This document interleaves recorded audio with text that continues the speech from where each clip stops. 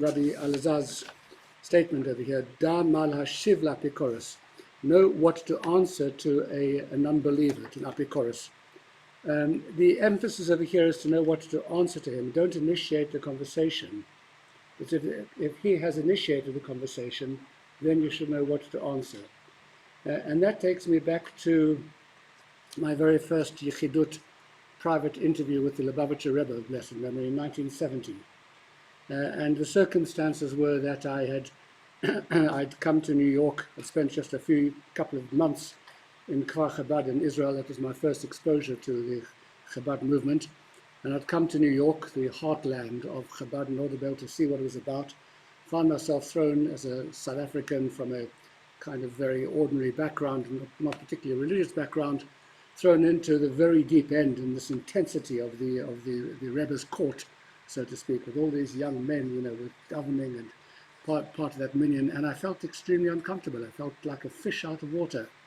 So much so that in my first interview with the Rebbe, I said to him, when everybody is saying the Shema, and they put their hands over their eyes, and everybody is saying and shouting out, Shema Israel, Hashem Elokeinu, Hashem Echad, I have a little voice inside of me that pops up and says, forget it, mate.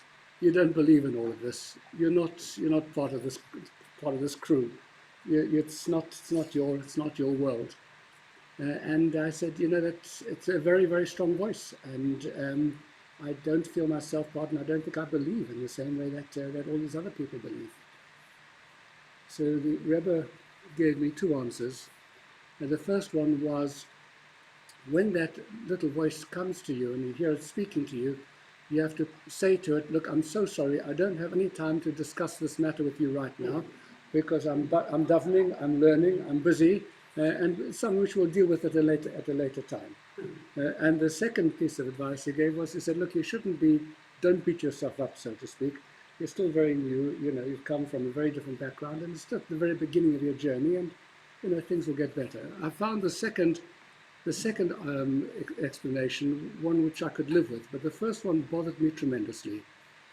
Theologically bothered me, because what the Rebbe was saying to me was that you don't engage in rational conversation.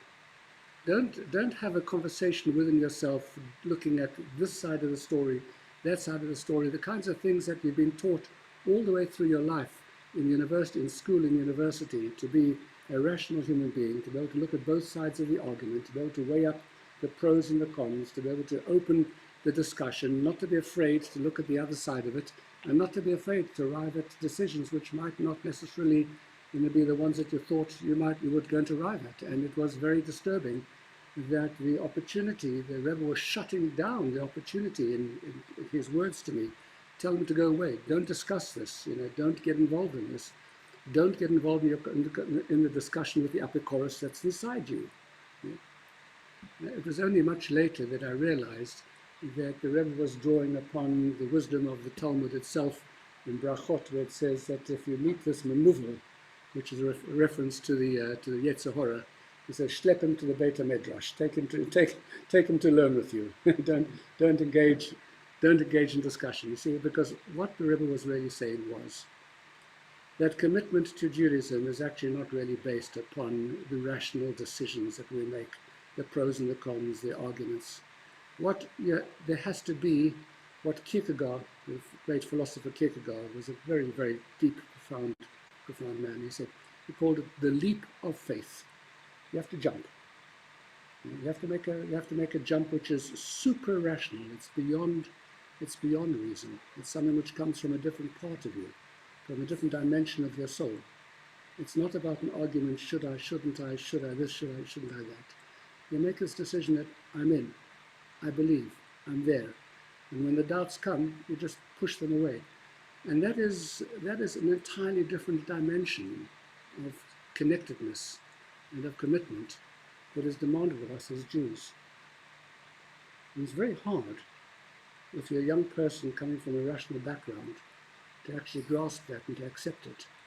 But interestingly, although the Rebbe could have given me his second answer first, which was a more acceptable one, he chose the first answer to teach me that what's demanded of you, young man, is a leap of faith.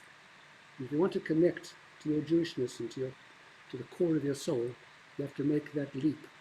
And you have to put your doubts and all the arguments for and against to one side, because that's not the basis upon which your Jewish life